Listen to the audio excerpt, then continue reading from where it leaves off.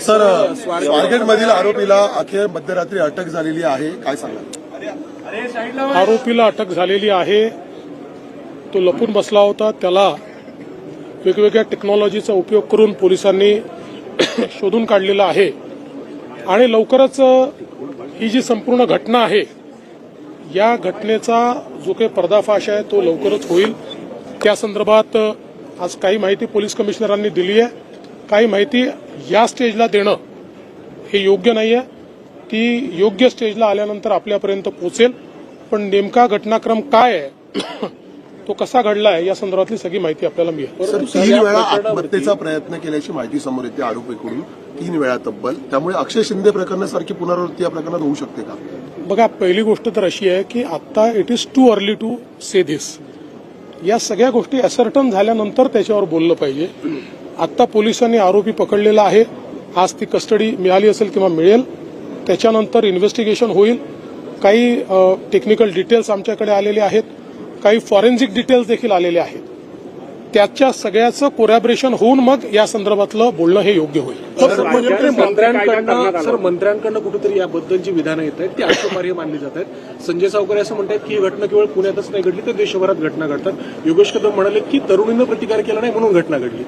मला असं वाटतं की योगेश कदम जे बोलले त्याला वेगळ्या पद्धतीनं घेतलं गेलं.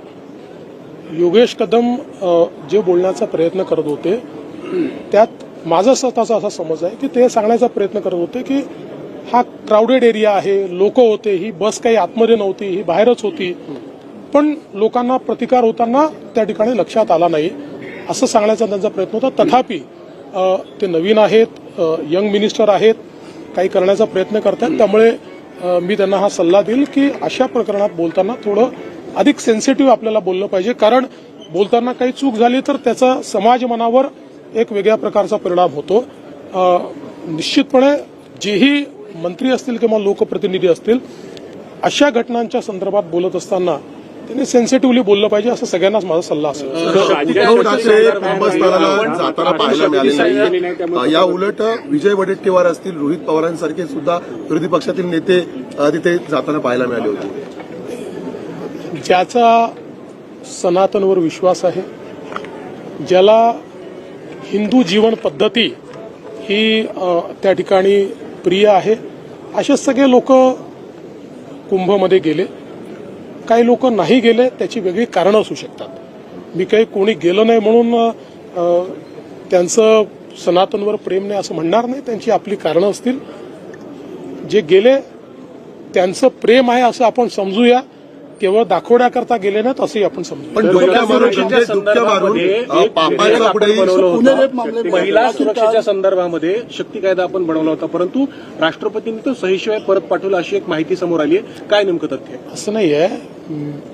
शक्ती कायदा जो आपण तयार केला होता तो अनेक कायद्यांचा अधिक्षेप करणारा कायदा होता आणि त्याच्यामध्ये मेजर जो केंद्रीय होम विभागाने त्या ठिकाणी काही ऑब्जेक्शन घेतले होते. त्यामध्ये सुप्रीम कोर्टाचे काही निर्णय होते ज्या निर्णयावरही तो अधिक्षेप करत होता. त्यामुळे तो अधिकार राज्याला नाही, म्हणून याच्यामध्ये काही बदल हे करण्याची आवश्यकता होती. तथापि त्याच्यातले काही बदल करायच्या आधी केंद्र सरकारने नवीन कायदे तयार केले आणि आपण शक्ती कायद्यामध्ये ज्या गोष्टी टाकल्या होत्या त्यातल्या बहुतांश गोष्टी या केंद्राच्या नवीन संहितेमध्ये त्या ठिकाणी कव्हर झालेल्या आहेत. म्हणून आता आम्ही याचा पुन्हा आढावा घेऊ आणि आवश्यकता असेल तर नवीन अमेंडमेंट सहित या संदर्भातली पुढची कारवाई करू. डुबके मारल्यानंतर अशा प्रकारे गद्दारांना आणि एकंदरीत महाराष्ट्रद्रोहींना पापाचं क्षालन करता येणार नाही असं उद्धव ठाकरे म्हणतायत. आणि दुसरी महत्वाची गोष्ट म्हणजे साहित्य संमेलनातला दाखला दिला त्यांनी बटेंगे तो कटेंगे म्हणणाऱ्यांसमोर शमीमा अख्तरांनी ज्या प्रकारे मराठी भाषा गीत गायलेलं आहे त्यांना आता तुम्ही काय उत्तर द्याल? उद्धव ठाकरे हे अशा गोष्टी बोलत असतात. रोज जर त्याला उत्तर द्यायला लागलो तर एवढा वेळ थोडी माझ्याकडे आहे. पहिल्यांदा उद्धव ठाकरेंनी आत्मपरीक्षण केलं पाहिजे की समजा तेच जर खरे होते आणि हे जर गद्दार होते तर काय महाराष्ट्रातल्या जनतेने गद्दारांना वोट केलंय? हा तर महाराष्ट्रातल्या जनतेचा अपमान आहे. महाराष्ट्रातल्या जनतेने ज्यांना निवडून दिलं आणि शिवसेना म्हणून ज्यांच्यावर शिक्कामोर्तब केला त्याला तुम्ही गद्दार म्हणताय. मला वाटतं तुम्ही आरसा बघितला पाहिजे असं माझं मत आहे. आता झालं, आता ज्या कार्यक्रमात आलो बद्दल विचारायचं आहे. तुम्ही टेक्निकमध्ये एक उत्तर देताना म्हटलं होतं, टेक्निक बद्दल तुम्ही सर टेक्निक बद्दल सांगताना तुम्ही स्टार्टअप बद्दल सांगताना एक हब म्हणून सांगितलं होतं. दुसरी गोष्ट म्हणजे आज एशियातला सगळ्यात मोठा AI इव्हेंट मुंबई टेकवीक हा मुंबईमध्ये पार पडला. या इव्हेंटमुळे मुंबई हीच तंत्रज्ञानाची राजधानी आहे हे पुन्हा एकदा अधोरेखित झालेलं आहे. या इव्हेंटच्या निमित्ताने काही चांगल्या अनाउन्समेंट आम्ही केलेले आहेत. यात सगळ्यात पहिले आम्ही मेटासोबत एक करार केलाय ज्यात व्हॉट्सअप गव्हर्नन्स हा कॉन्सेप्ट आणलेला आहे. म्हणजे राज्यातल्या सगळ्या सेवा आता व्हॉट्सअपच्या माध्यमातून आपल्याला मिळू शकतील. मागच्या काळामध्ये आपल्या मुंबई मेट्रोचं तिकीट जेव्हा व्हॉट्सअपवर आणलं, आमच्या लक्षात आलं की 50% जास्त लोक व्हॉट्सअपवर तिकीट खरेदी करतायत आणि म्हणूनच व्हॉट्सअप गव्हर्नन्सचा हा कॉन्सेप्ट आणलेला आहे. 500 सर्व्हिसेस यापुढे लोकांना व्हॉट्सअपच्या माध्यमातून त्या ठिकाणी अवेल करता येतील. एक अतिशय नवीन अशा प्रकारचा हा करार झालेला आहे. आपल्याला कल्पना आहे की गावातला शेवटचा माणूसही व्हॉट्सअप वापरतो आहे. आता त्याला खूप कुठेतरी ऑनलाईन जाण्याची आवश्यकता नाही आहे. हे सगळं व्हॉट्सअपच्या माध्यमातून तो त्या ठिकाणी प्राप्त करू शकेल. हा एक पहिला महत्वाची गोष्ट आम्ही या ठिकाणी केली आहे. दुसरी महत्वाची अनाउन्समेंट अशी आहे की आज NPCI ज्यांनी UPI तयार केलेला आहे, जगातला सगळ्यात मोठा टेक्नॉलॉजिकल पेमेंट गेटवे हा जो भारतामध्ये तयार झाला, ज्याला 80 देशांनी ज्याची सेवा घेतलेली आहे, अशा NPCIचं ग्लोबल हेडक्वार्टर हे मुंबईमध्ये तयार करण्याकरता आज आम्ही त्यांना जागेचे कागदपत्र हँडओव्हर केलेले आहेत.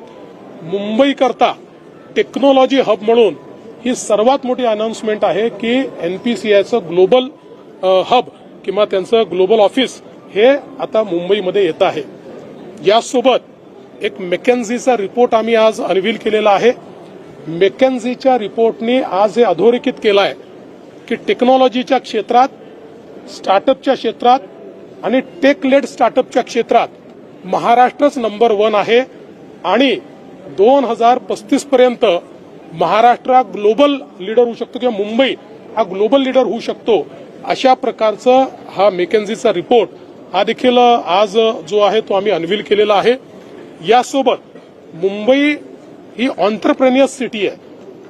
बिझनेसेस मुंबईत तयार झाले आहेत, बिझनेसमन मुंबईत तयार झाले आहेत. या प्रत्येकाची एक कथा आहे आणि म्हणून एक ऑन्टरप्रेन्युअर्स म्युझियम हे देखील तयार करण्याचा निर्णय हा आम्ही या ठिकाणी घेतलेला आहे. त्याची अनाउन्समेंट आज आम्ही केलेली आहे. त्यामुळे एकूणच या टेकवीकच्या निमित्ताने आणि शेवटची एक अनाउन्समेंट इनोव्हेशन सिटीच्या संदर्भात जी आम्ही ऑलरेडी घोषित केलेली आहे, त्या संदर्भात टीम म्हणजे टेक ऑन्टरप्रेन्युअर्स असोसिएशन ऑफ मुंबई यांच्यासोबत आम्ही एक करार केलेला आहे. हे जे असोसिएशन आहे, या असोसिएशनचे जे मेंबर्स आहेत, त्या मेंबर्सची एकूण टेक्नॉलॉजीच्या क्षेत्रातली जर नेटवर्थ आपण बघितली तर ती जवळपास $60 बिलियन आहे. त्यामुळे अशा प्रकारचे सगळे लोक या पूर्ण आपल्या ज्या इनोव्हेशन सिटी आहे, या इनोव्हेशन सिटीमध्ये ते स्वतः त्याच्या प्लॅनिंगमध्ये आणि त्याच्या फ्रेमवर्कमध्ये पार्टिसिपेट करणार आहेत.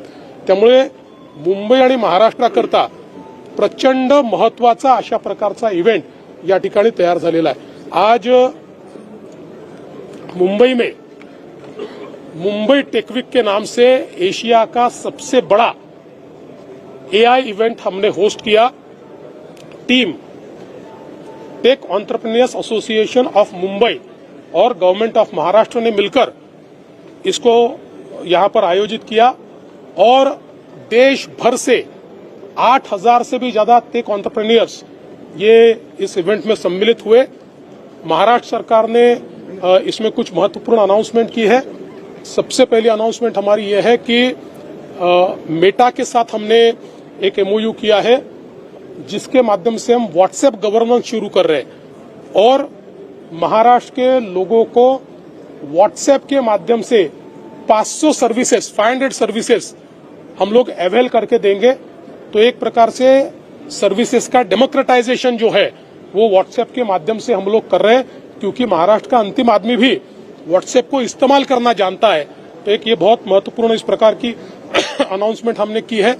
इसके साथ साथ आज एनपीसीआई जिन्होंने यूपीआई तैयार किया है, दुनिया का सबसे बड़ा पेमेंट गेटवे आदरणीय मोदी जी के नेतृत्व में जो तैयार हुआ है, उस एनपीसीआई को उनके ग्लोबल हेडक्वार्टर के लिए मुंबई में हमने जमीन दी है।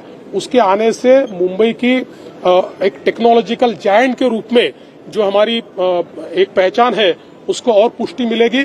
इसके साथ साथ एक हमने एंटरप्रेन्योर्स म्यूजियम भी यहाँ पर अनाउंस किया है, क्योंकि हम सब लोग जानते हैं कि एंटरप्रेन्योरशिप के लिए मुंबई ये एक प्रकार से एक बहुत महत्वपूर्ण इस प्रकार का शहर है, क्योंकि देश के सारे बड़े बड़े एंटरप्रेन्योर जो है उनकी जो कथा है, उनकी जो स्टोरी है, दैट स्टार्टेड फ्रॉम मुंबई। तो उसको डिपिक्ट करने के लिए और एंटरप्रेन्योरशिप बढ़ाने के लिए हम लोगों ने इस म्यूजियम की रचना यहाँ पर की है। आज एक मैकेंजी का रिपोर्ट भी हम लोगों ने अनवील किया है। मैकेंजी के रिपोर्ट में बहुत ही साफ तरीके से दिखता है कि अब देश का जो स्टार्टअप कैपिटल है और टेक स्टार्टअप कैपिटल है वो मुंबई है, वो महाराष्ट्र है, और महाराष्ट्र ने इसमें लीडरशिप पोजीशन ली है। एआई में भी महाराष्ट्र ने लीडरशिप पोजीशन ली है, और मैकेंजी ये मानता है कि महाराष्ट्र में आने वाले 10 सालों में 100 से ज्यादा यूनिकॉर्न्स होंगे और महाराष्ट्र एआई रिवोल्यूशन को ग्लोबली लीड कर सकता है। इस प्रकार से मुंबई और महाराष्ट्र की रचना है। तो मुझे लगता है ये भी एक बहुत महत्वपूर्ण चीज हम लोगों ने आज की है। और उसके साथ साथ एक हम लोगों ने टीम के साथ take entrepreneur association of India, इनके साथ एक एमओयू किया है, जो हम लोग एक इनोवेशन सिटी तैयार कर रहे हैं। उस इनोवेशन सिटी को किस प्रकार से उसका फ्रेमवर्क हो, क्योंकि टीम के जो सदस्य है, ये सारे सदस्य अगर हम साथ में पकड़े तो करीब 60 बिलियन का व्यवसाय ये लोग करते हैं। तो टेक्नोलॉजी के क्षेत्र में ये सारे लोग बहुत बड़े पैमाने पर काम करने वाले लोग हैं, इसलिए इनकी मदद लेकर हम लोग एक फ्रेमवर्क तैयार करने का प्रयास करेंगे। तो मैं ऐसा कह सकता हूं कि आज के इस इवेंट ने मुंबई और महाराष्ट्र को टेक्नोलॉजी के क्षेत्र में, एआई के क्षेत्र में फिर एक बार नंबर 1 पे लाया है। पुणे का जो मामला है उसमें आरोपी को पकड़ लिया गया है। इस आरोपी की जांच की जाएगी, उसके माध्यम से इसकी जो सही स्टोरी है वो हमारे सामने निश्चित रूप से आएगी। और कुछ चीजें आज पुलिस कमिश्नर ने आपके सामने रखी है, कुछ चीजें जल्दी हम सामने रखेंगे। अभी चूंकि सारी प्रक्रिया चल रही है इसलिए वो चीजें सामने रखना ठीक नहीं है, लेकिन इसमें फॉरेंसिक जो कुछ हमारे तफ्तीश है वो भी हमारे सामने आई हुई है। तो निश्चित रूप से इसकी सारी जानकारी आपको मिलेगी और इस प्रकार के डिपो में ऐसे मिसयूज न हो, इस दृष्टि से भी आगे में कार्रवाई की जाएगी। मंत्रियों के जो बयान है, आपकी सराहना की है मिनिस्टर की। देखिए, इस प्रकार की जब परिस्थिति होती है तो ये हमारी जिम्मेवारी है कि हम लोग आगे आए, और मैं आभार व्यक्त करता हूं अमेरिकन काउंसिलेट का और हमारे जो काउंसिल जनरल यहाँ पर है उनका भी, कि उन्होंने इस परिस्थिति को समझते हुए बहुत तुरंत ये वीजा दिया हुआ है। मैं अपेक्षा करता हूं कि वो उनके रिश्तेदार वहां जा पाएंगे और नीलम जल्दी ठीक होगी, ऐसा मैं समझता हूं। नीलम शिंदे, मला या गोष्टीचं अतिशय समाधान आहे की आम्ही त्या ठिकाणी इंटरव्हेन्शन केल्यानंतर नीलम शिंदे यांच्या नातेवाईकांना व्हिसा मिळालेला आहे। मी अमेरिकन काउन्सिलेटचं मनापासून त्यांचे आभार मानतो, काउन्सिल जनरलचे आभार मानतो की त्यांना माझ्या कार्यालयाने विनंती केली की अशा प्रकारची इमर्जन्सी आहे आणि त्यामुळे हा व्हिसा द्या, आणि त्यांनी आउट ऑफ द वे जाऊन किंवा त्यांच्या सगळ्या पद्धतींना त्या ठिकाणी फाटा देत अतिशय तात्काळ अशा प्रकारचा व्हिसा दिलेला आहे। मी अपेक्षा करतो की ते त्या ठिकाणी जातील आणि नीलम या लवकरात लवकर बऱ्या होतील अशी ईश्वराला प्रार्थना मुख्यमंत्री कार्यालयाला धमकी आल्याचं एक प्रकरण समोर आलं होतं, यामध्ये नेमकं तथ्य काय आणि काय पुढे कारवाई केली? ठीक आहे, अशा प्रकारच्या धमक्या येत असतात, धमक्यांना भीक घालणाऱ्यांपैकी आपण नाही आहोत। धमकी आल्यानंतर आता त्याच्यावर जे आमचे पोलीस आहेत ते वर्किंग करता आहेत आणि ती कुठून आली, कशी आली, अशा प्रकारचं त्याचं वर्किंग चाललेलं आहे। त्यामुळे पोलीसच याबद्दल जास्त सांगू शकतात। मोठ्या प्रमाणात गुंतवणूक जी येते ती थांबवण्यासाठी अशा प्रकारचे प्रकार करताना पाहायला मिळतात का? याआधी सुद्धा तुम्ही एक नेक्सस मोठं उघड केलेलं होतं। आता याच्या पाठीमागची मनशा काय आहे, मनीषा काय आहे, हे आपल्याला लवकरच लक्षात येईल. ममता चला. बॅनर्जी